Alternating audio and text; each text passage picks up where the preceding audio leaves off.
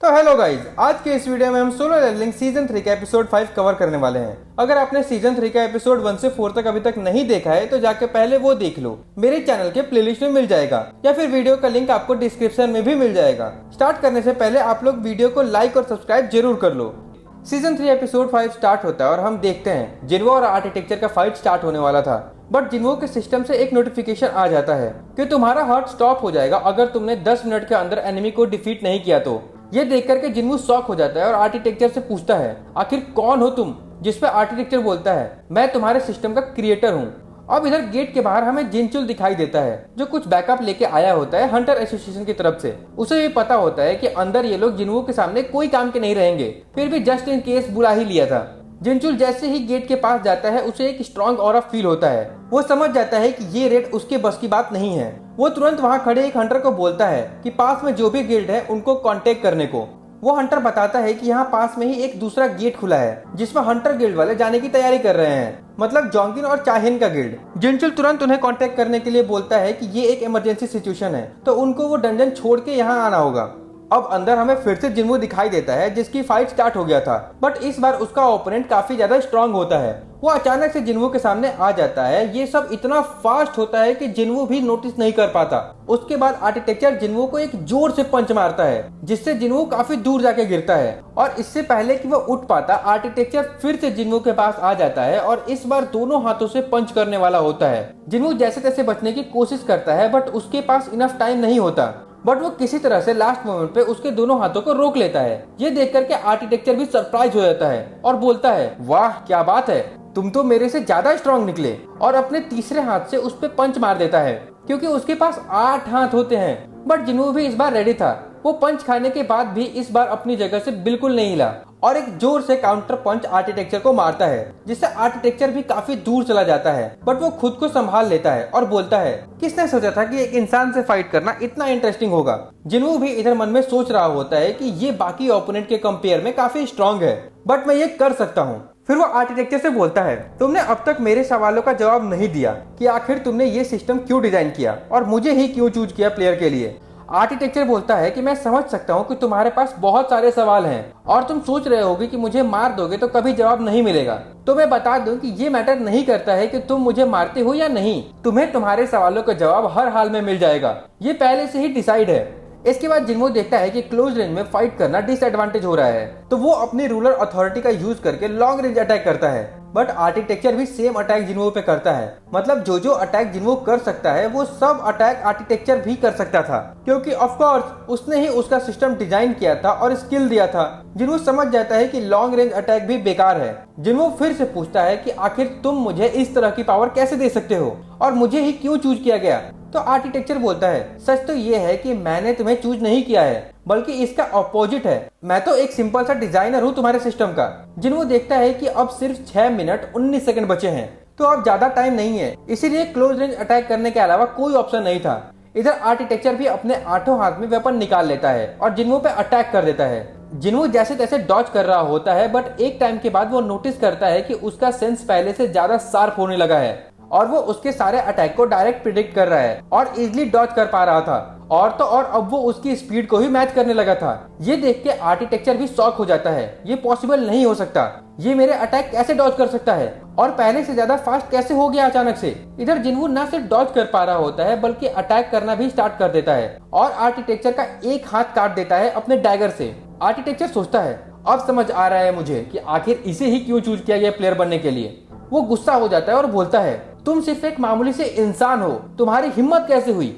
इधर हमें दिखाई देता है कि अब सिर्फ 3 मिनट 45 सेकंड बचे थे और आर्किटेक्चर खुद डायरेक्टली फाइट करने के बजाय बाकी सारे स्टैचू को भेज रहा होता है ताकि वो जिन्वो का टाइम वेस्ट कर सके। बट जिन्वो अपनी रूलर अथॉरिटी का यूज करके बाकी सारे स्टैचू को एक साथ दूर फेंक देता है और उसके पास सिर्फ 3 मिनट 15 सेकंड बचे थे। वो भाग के फिर से आर्किटेक्चर के पास जाता है और अपने डैगर से अटैक करके उसके 2 और हाथ काट देता है।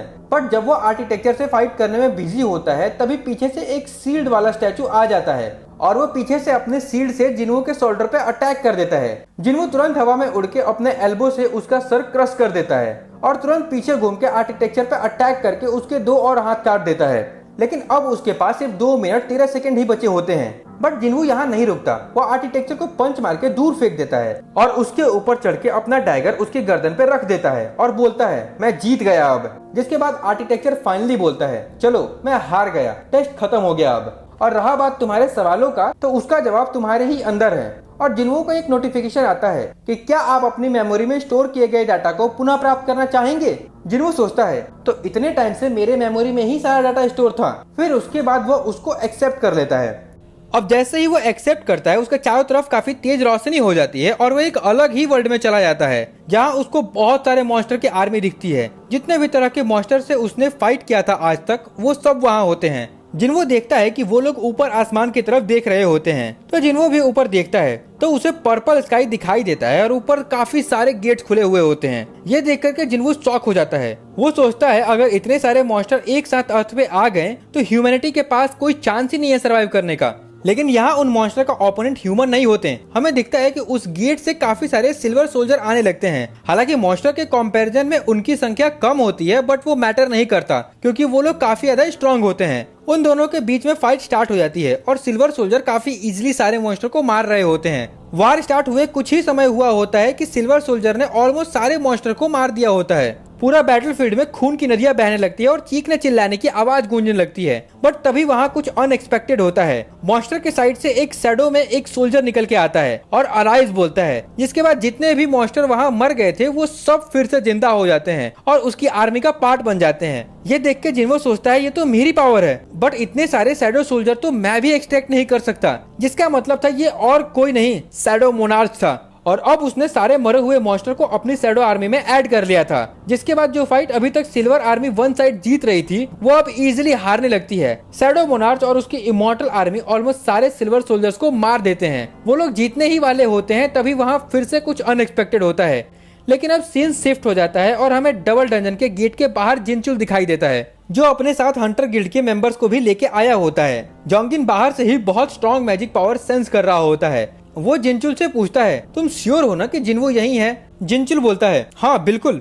उसके बाद वो लोग जैसे ही गेट खोलते हैं, अंदर का डिस्ट्रक्शन देख के सब शॉक हो जाते हैं। तभी उनकी नजर आर्किटेक्चर और बाकी के स्टैचू पे पड़ती है। जिनचुल बोलता है तो इसका मतलब स्टोन स्टैचू सच में रियल था। आर्किटेक्चर भी उनको देख लेता है और बोलता है ये क्या है? मुझे जहाँ तक याद है कि मैंने ह्यूमंस को तो इनवाइट नहीं किया था। स्टैचू को बोलता देख करके सब शॉक हो जाते हैं। उनमें से मोस्टली हंटर ए रैंक और बी रैंक के होते हैं, तो उन्होंने कभी बोलने वाले मॉन्स्टर नहीं देखे थे, वो भी इंसानों की भाषा में। वो लोग आपस में बात करने लगते हैं। तभी आर्किटेक्चर बोलता है चुप हो जाओ वरना तुम लोग किंग का नींद खराब कर दोगे। सब लोग कंफ्यूज हो जाते हैं और बोलते हैं कौन किंग? तभी उनकी नजर जिन्वू पे पड़ती है, जो एक जगह पे बस खड़ा होता है बिना हिले डुले। वो अभी भी दूसरे वर्ल्ड में खोया होता है। वो लोग जिन्वू को देख ही रहे होते हैं, तभी आर्किटेक्चर अचानक से उन पे अटैक कर देता है और अपने एक अटैक से 3 हंटर को वहीं खड़े के खड़े मार देता है। उनको रिएक्ट करने तक का मौका नहीं मिलता है। ये देख करके हंटर चा तो काफी शॉक हो जाती है। आर्किटेक्चर बोलता है तुम लोग काफी स्ट्रॉन्ग हो, तुम लोगों का सैक्रिफाइस किंग को ऑफर करूंगा। जिसके बाद वहाँ जो भी इंजर्ड होते हैं उनको तुरंत हीलर हील करने लगता है और हमें दिखता है कि बाकी के स्टैचू भी आके उनको घेर लेते हैं। उनके साथ वो बड़ा वाला स्टैचू भी होता है। वो अपनी आंखों से लेजर बीम फेंकना स्टार्ट कर देता है, बट किसी तरह से वो लोग बच जाते हैं। जिसके बाद जोंगिन उस बड़े वाले स्टैचू से फाइट करने के लिए चला जाता है और बाकी हंटर को कहता है कि वो छोटे स्टैचू को डिफीट करें जब तक वो बड़ा वाला डिस्ट्रैक्टेड है। बट बहुत ही जल्द उन लोगों को रियलाइज हो जाता है कि ये स्टैचू काफी स्ट्रांग है। जिन छोटे छोटे स्टैचू को जिन वो चुटकियों में मार रहा था, उन सब स्टैचू को बाकी हंटर्स मिलके भी एक स्क्रैच तक नहीं दे पा रहे थे, इवन जिनचुल भी नहीं। तभी जोंगिन सोचता है ऐसे बात नहीं बनेगी, जिन्वो को उठाना ही होगा अब। और वो अपना एक फायर अटैक जिन्वो पे करता है ताकि जिन्वो जग जाए। बट उस अटैक के बीच में आर्किटेक्चर आके रोक देता है और बोलता है तुम्हारी हिम्मत कैसे हुई किंग को जगाने की? मतलब भाई ये लोग बैकअप बन के आए थे और 2 मिनट में ही इनकी इतनी बुरी हालत हो गई कि जिसका बैकअप बन के आए थे उसका ही बैकअप का इनको जरूरत पड़ने लगा। खैर इधर बाकी के हंटर एक साथ मिलके जैसे तैसे स्टैचू को रोक रहे होते हैं और हंटर चाको बोलते हैं कि जिन्वो को जगाने के लिए, और वो भी जा ही रही होती है जिन्वो को जगाने के लिए। तभी फिर से सीन शिफ्ट हो जाता है और हमें जिन्वो की मेमोरी दिखाई देती है। जहाँ जिन्वो देखता है कि शैडो मोनार्च जीतने वाला ही होता है, तभी वहाँ एक और बड़ा सा गेट खुल जाता है और उसमें से काफी सारे मॉन्स्टर आने लगते हैं। जिन्वो नोटिस करता है कि वो सारे मॉन्स्टर डीमन कैसल के होते हैं। मतलब डीमन कैसल में जो फर्स्ट फ्लोर से 100 फ्लोर तक फाइट किया था, वो सारे मॉन्स्टर वहाँ होते हैं। उसमें सारे नोबल क्लैन के मॉन्स्टर भी होते हैं, उसमें से एजिल के भी क्लैन के होते हैं। लेकिन हैरानी की बात ये होती है कि वो लोग शैडो मोनार्च से फाइट करने आए थे, ना कि सिल्वर सोल्जर से। मतलब शैडो मोनार्च अब तक मॉन्स्टर के साइड से फाइट नहीं कर रहा था।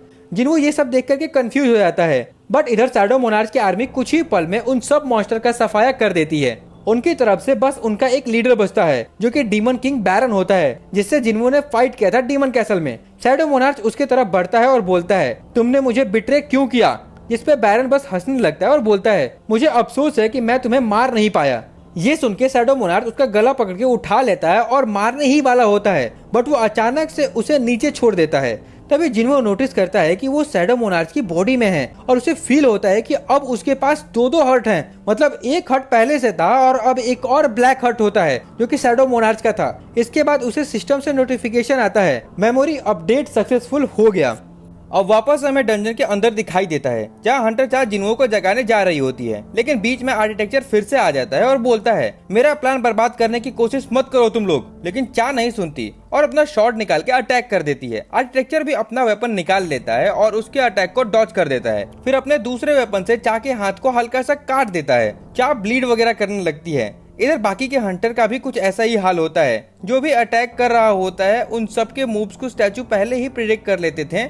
इवन जोंगिन, जो एक एस रैंक हंटर है, वो भी स्ट्रगल कर रहा होता है। क्या आर्किटेक्चर को इग्नोर करके फिर से जिन्वो को जगाने जा रही होती है। लेकिन आर्किटेक्चर इतनी आसानी से पीछा छोड़ने वाला नहीं था। वो फिर से अटैक करता है, लेकिन चाह जैसे तैसे बच जाती है। तभी हमें दिखाई देता है कि चाह के अंदर से जिन्वो का शैडो सोल्जर निकलने की कोशिश कर रहा होता है, लेकिन वो बाहर नहीं आ पा रहा होता। ये देख के आर्किटेक्चर बोलता है, तुम्हारे अंदर वो शैडो सोल्जर कैसे आया? जो भी हो, इस रूम के रूल्स के हिसाब से वो कभी बाहर नहीं आ सकता। फिर वो पूछता है, तुम्हारा जिन्वो के साथ क्या रिश्ता है? क्या बोलती है, वो मेरा फ्रेंड है और मैं उसे बचाने आई हूँ। आर्किटेक्चर बोलता है, बहुत बढ़िया, मैं तुम्हें आज एक चांस दूंगा, क्योंकि आज के ही दिन वर्ल्ड का ग्रेटेस्ट मोनार्क जन्म लेने वाला है किसी भी पल। तो तुम्हें मैं ये ग्लोरियस मोमेंट विटनेस करने का मौका दूंगा। और रही बात बाकी के हंटर्स की, तो उन्हें मरना होगा।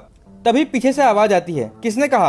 आर्किटेक्चर कंफ्यूज होकर के पीछे देखने के लिए मुड़ता है और तभी अचानक से जिन्वो उसके फेस के सामने आ जाता है और एक जबरदस्त पंच मारता है, जिसके बाद उसका फेस का नक्शा बिगड़ जाता है। फिर वो उसके ऊपर चढ़ जाता है और बोलता है, आखिर क्या किया तुमने मेरी बॉडी के साथ? जिन्वो को देख करके फाइनली सभी हंटर को जान में जान आती है। आर्किटेक्चर जिन्वो को देख करके हैरान हो जाता है और बोलता है, तुम किंग नहीं हो सकते, आखिर तुम उसकी जगह कैसे ले सकते हो? तुम्हारे पास ब्लैक हार्ट आने के बाद भी तुम चेंज कैसे नहीं हुए? जिन्वो सोचने लगता है, अच्छा तो इसे ब्लैक हार्ट बोलते हैं, इसकी वजह से मुझे पहले से काफी ज्यादा मैजिक पावर फील हो रही है। जिन्वो को सिस्टम का नोटिफिकेशन भी आ जाता है। अब ब्लैक हार्ट की वजह से उसका माना बढ़ गया था, मतलब काफी ज्यादा ही। ब्लैक हार्ट से पहले जिन्वो का माना 9400 के आसपास था और ब्लैक हार्ट मिलने के बाद ही सीधा 1 लाख से ज्यादा बढ़ जाता है। मतलब टोटल माना अब 1,09,400 हो गया था। सोच लो जिन्वो कितना ज्यादा स्ट्रांग हो गया है पहले से, अब सीधा 10 गुना स्ट्रांग बन जाता है अब वो। जिन्वो आर्किटेक्चर का रिएक्शन देख करके समझ जाता है कि वो नहीं चाहता था कि मुझे ब्लैक हार्ट मिले, और अगर मिल भी जाए तो वो मुझे स्ट्रांग बनाने के लिए नहीं था। एक्चुअली में शैडो मोनार्च और आर्किटेक्चर के बीच में एक डील हुआ था। आर्किटेक्चर को शैडो मोनार्च से इमॉर्टल का विश चाहिए था, जो कि शैडो मोनार्च ही दे सकता था, और शैडो मोनार्च को एक ह्यूमन वेसल चाहिए था। तो उसने जिन्वो को चूज किया था और आर्किटेक्चर को बोला था कि उसके लिए सिस्टम बनाए और बदले में वो उसको इमॉर्टल बना देगा। और जब जिन्वो रेडी हो जाता तो उसकी बॉडी पे शैडो मोनार्च कब्जा कर लेता। मतलब जिन्वो एक तरह से मर जाता और शैडो मोनार्च फिर से जिंदा होके वापस आ जाता, तो वो आर्किटेक्चर का विश पूरा कर देता बदले में। लेकिन जिन्वो का पोटेंशियल देखकर शैडो मोनार्च ने अपना माइंड चेंज कर लेता है और उसकी बॉडी को टेक ओवर करने के बजाय अपनी पावर का कुछ हिस्सा जिन्वो को दे दिया, मतलब वही ब्लैक हार्ट। तो एक तरह से आर्किटेक्चर का यहाँ पे शैडो मोनार्च ने गंदा वाला काट दिया था, इसीलिए वो भड़का हुआ था। खैर जिन्वो को ये सब बातें पता नहीं होती और इस स्टोरी में भी अभी तक नहीं बताया गया, लेकिन मैंने आपको बता दिया ताकि आप ज्यादा अच्छे से समझ पाओ। अब इसके बाद जिन्वो काफी ज्यादा सवाल करने लगता है आर्किटेक्चर से कि तुमने कहा था कि तुम मुझे एज अ प्लेयर चूज करने के खिलाफ थे, ऐसा क्यों? तुम्हारा इंटेंशन क्या है? लेकिन आर्किटेक्चर अभी भी सदमे में होता है। वो बस बोल रहा होता है, नहीं ऐसा नहीं हो सकता, शैडो मोनार्च मेरे साथ ऐसा नहीं कर सकते, तुम्हें पता भी नहीं है तुमने क्या किया, बाकी मोनार्च इस डिसीजन को कभी अप्रूव नहीं करेंगे, और भी बहुत कुछ बोल रहा होता है। लेकिन जिन्वो बोलता है, मुझे तुम्हारा बकवास नहीं सुनना, मैं जो पूछ रहा हूँ वो बताओ सीधे सीधे। तो आर्किटेक्चर बोलता है, मुझे विश्वास नहीं हो रहा कि उसने मेरे साथ ऐसा कैसे किया। अब मुझे समझ में आ रहा है कि उसने तुम्हें ही क्यों चूज किया। इधर हमें दिखता है वो स्टैचू जो अब तक शांत थे, जो इंस्ट्रूमेंट के साथ खड़े थे, अब तक किसी पे अटैक नहीं कर रहे थे, लेकिन अब वो सारे स्टैचू भी आगे बढ़ने लगते हैं। आर्किटेक्चर बोलता है, अगर तुमने मुझे मार दिया तो ये सारी मूर्तियां यहाँ से किसी को भी जिंदा नहीं जाने देगी। जिन्वू बोलता है, अगर ऐसा है तो क्यों ना पहले तुम्हें ही मार दूं और फिर तुम्हारे इन पपेट्स को। जिस पे आर्किटेक्चर बोलता है, अगर तुम अपने सिस्टम के क्रिएटर को ही मार दोगे तो। जिन्वू बीच में ही बोल देता है कि तो क्या मैं फिर से ई रैंक हंटर बन जाऊंगा। सच बताऊं तो मैं भी इस बारे में सोच रहा था, लेकिन जहां तक मुझे पता है कि सिस्टम का क्रिएटर अगर मर भी जाए तो सिस्टम ऑलरेडी बन चुका है, वो अचानक से गायब नहीं हो सकता। ये सुन के आर्किटेक्चर की और सटक जाती है। वो बोलता है, अगर ऐसा है तो मैं तुम्हारा ये सिस्टम ही डिस्ट्रॉय कर दूंगा। और वो जिन्वू के सिस्टम को डिस्ट्रॉय करने की कोशिश करता है, लेकिन उसे एक नोटिफिकेशन दिखाई देता है, सिस्टम ने क्रिएटर के एक्सेस को ब्लॉक कर दिया है। ये देख करके उसकी और सटक जाती है। वो बोलता है, नहीं ऐसा नहीं हो सकता। लेकिन अब हमें दिखाई देता है कि जिन्वू अपने सिस्टम को खुद कंट्रोल कर सकता था, उसे अब आर्किटेक्चर की कोई जरूरत नहीं थी। इसलिए अपने एक फाइनल अटैक के साथ वो आर्किटेक्चर को मार देता है। इसके बाद हमें गेट के बाहर कुछ हंटर दिखते हैं जो बात कर रहे होते हैं। हंटर गिल्ड वालों को गए हुए घंटों हो गए, वो अब तक बाहर क्यों नहीं आए, अंदर ऐसा क्या हो रहा है। तभी उन्हें दिखाई देता है कि अंदर से कोई आ रहा है। अंदर जो भी हंटर्स गए होते हैं उन सबकी हालत बहुत बुरी होती है। ये देख के बाहर के हंटर शॉक हो जाते हैं और सोचने लगते हैं, आखिर अंदर ऐसा क्या हुआ जो इन सबकी हालत इतनी खराब है। ये तो सिर्फ एक सी रैंक गेट है। Even S rank Hunter Jongin और चा भी काफी बुरी तरह से इंजर्ड होते हैं। तभी जिनचुल आगे आता है और वहाँ खड़े हंटर से बोलता है, डेड हंटर्स की बॉडी को बाहर निकालने में हेल्प करो। ये सुन के सब और शॉक हो जाते हैं कि इस मिशन में हंटर्स मर भी गए हैं। तभी हमें दिखाई देता है कि जिन्वू भी डंजन से बाहर आ जाता है। उसके मन में अभी भी बहुत सारे सवाल होते हैं। इधर हमें दिखता है कि वो सारी डेड बॉडीज बाहर लेके आ जाते हैं। इस रेड में टोटल 20 हंटर मर गए थे। जिनचुल बोलता है, अगर ये डंजन ब्रेक होता तो कैजुअलिटीज इससे ज्यादा होती। और जिनचुल अपने डिसीजन पे रिग्रेट कर रहा होता है। वो बोलता है, मेरी गलती है कि मैंने हंटर गिल्ड वालों को हेल्प करने के लिए बुलाया और इतने सारे लोग मर गए। अगर हमारी टीम स्टार्टिंग में ही समझ जाती कि ये डबल डंजन है तो ऐसा कुछ नहीं होता। तभी वो जिन्वू से पूछता है, आखिर तुम्हें कैसे पता चला कि ये डबल डंजन है। जिन्वू अब झूठ बोल बोल के थक चुका था, वो और झूठ नहीं बोलना चाहता था। वो बोलता है, मुझे डंजन ने ही बुलाया था। जिसपे जिनचुल कंफ्यूज होकर के पूछता है, क्या मतलब डंजन ने बुलाया था। तो जिन्वू बोलता है, मुझे एक मैसेज आया था इस लोकेशन के बारे में। जिनचुल बोलता है, क्या मैं वो मैसेज देख सकता हूँ। जिन्वू बोलता है, वो मैसेज सिर्फ मेरे हेड में दिखाई देता है। जिनचुल सोचता है, कहीं इतनी सारी डेड बॉडीज देख के इसका दिमाग तो नहीं सटक गया, ये क्या बोल रहा है, मुझे कुछ समझ नहीं आ रहा है। तभी वहाँ चा आती है और जिन्वू से पूछती है, तुम ठीक हो ना। जिन्वू धीमे आवाज में बोलता है, हाँ बिल्कुल, बस थोड़ा सा थक गया हूँ। इतना बोलते ही जिन्वू जमीन पे गिर जाता है और बेहोश हो जाता है। और इसके साथ यह एपिसोड यहीं पे खत्म हो जाता है।